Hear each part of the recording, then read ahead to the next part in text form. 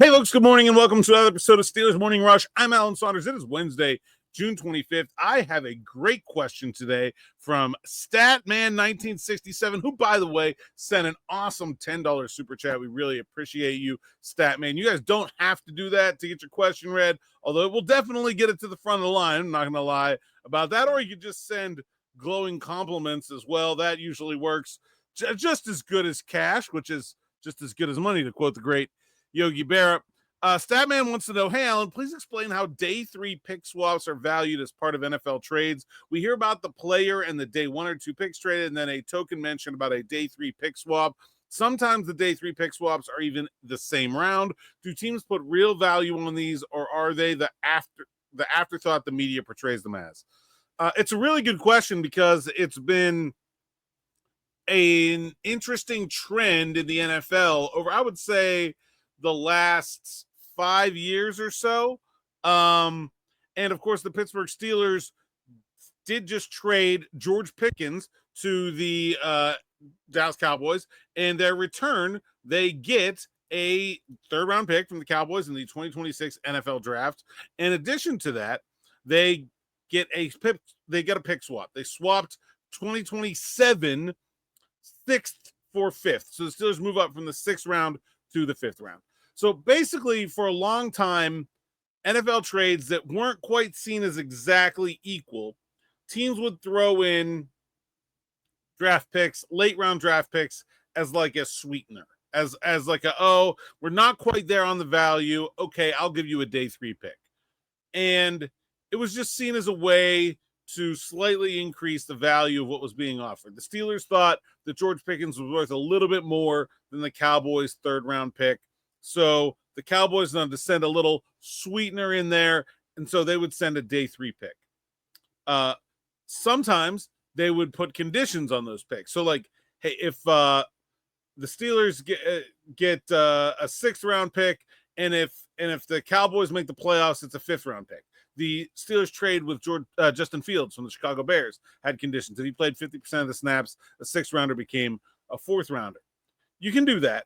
But another way to approximate that value is to do a pick swap where no one is losing an asset. The assets they have are just changed in value slightly.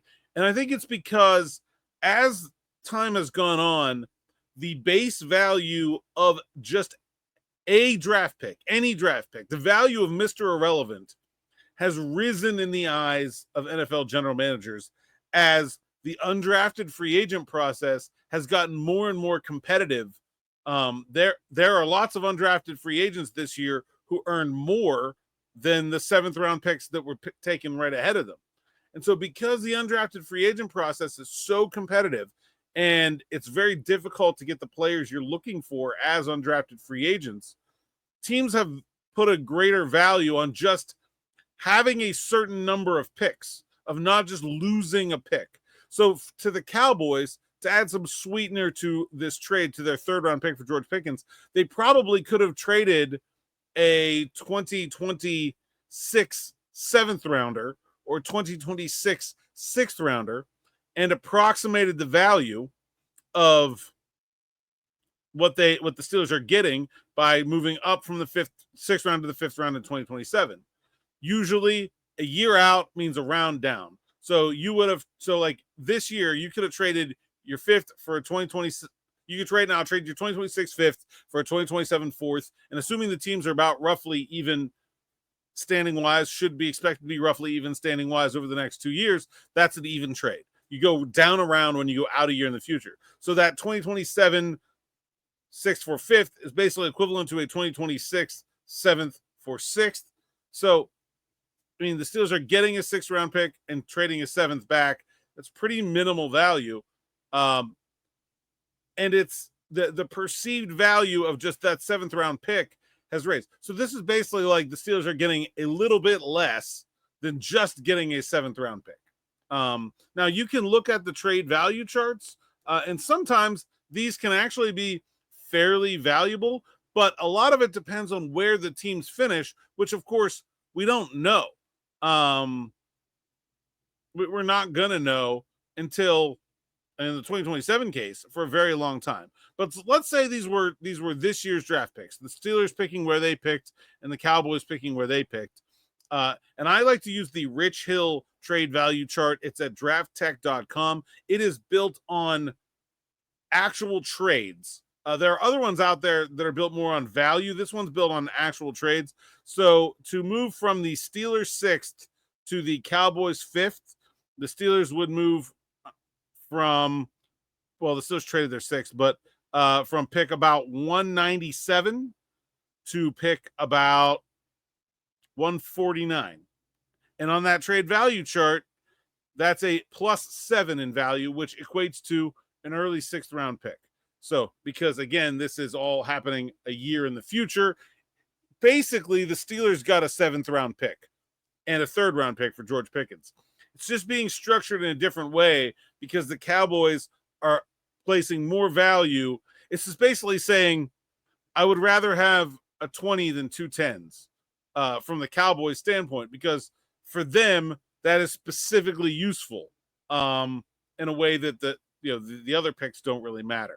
So yeah, they don't want to deal with more undrafted free agency. They'd rather have that 7th round pick this coming draft and instead swap their 6th for their 5th. It's the same value to the Steelers, but it comes in a form that allows the Cowboys to preserve the number of draft picks they have, so they don't have to do more work in undrafted free agency, which is becoming more and more competitive. This is definitely a noticeable trend in the NFL over the last, I would say, 5 to 10 years, but certainly in the last 5 years. And I think it's something you're going to see more of. And you talked about trades. I just want to touch on real quickly, swapping picks inside the same round. You're not going to see that very often unless they are teams that are fairly certain they're going in deeply different directions.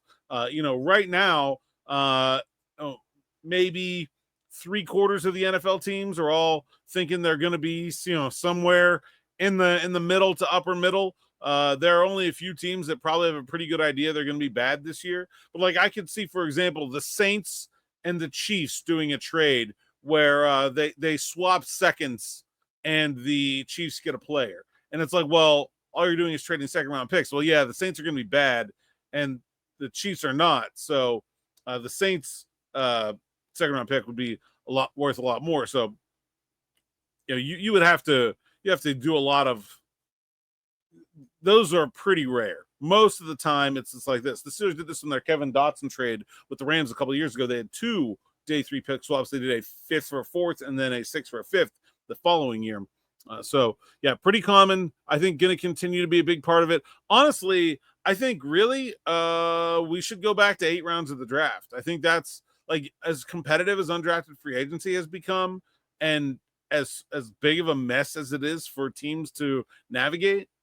I would be all for going back to 8 rounds of the draft. Something interesting to keep in your minds as that trend continues. That's all I got for this morning. Got Brooke Pryor joining me on the afternoon drive just about 6 o'clock. Make sure you like, subscribe, hit that bell for notifications here on the YouTube channel so you don't miss an episode. Thank you so much again for the question, Statman. Hopefully I answered it to your satisfaction. We'll have more coming up later. Until then, thanks for listening. Thanks for watching and enjoy.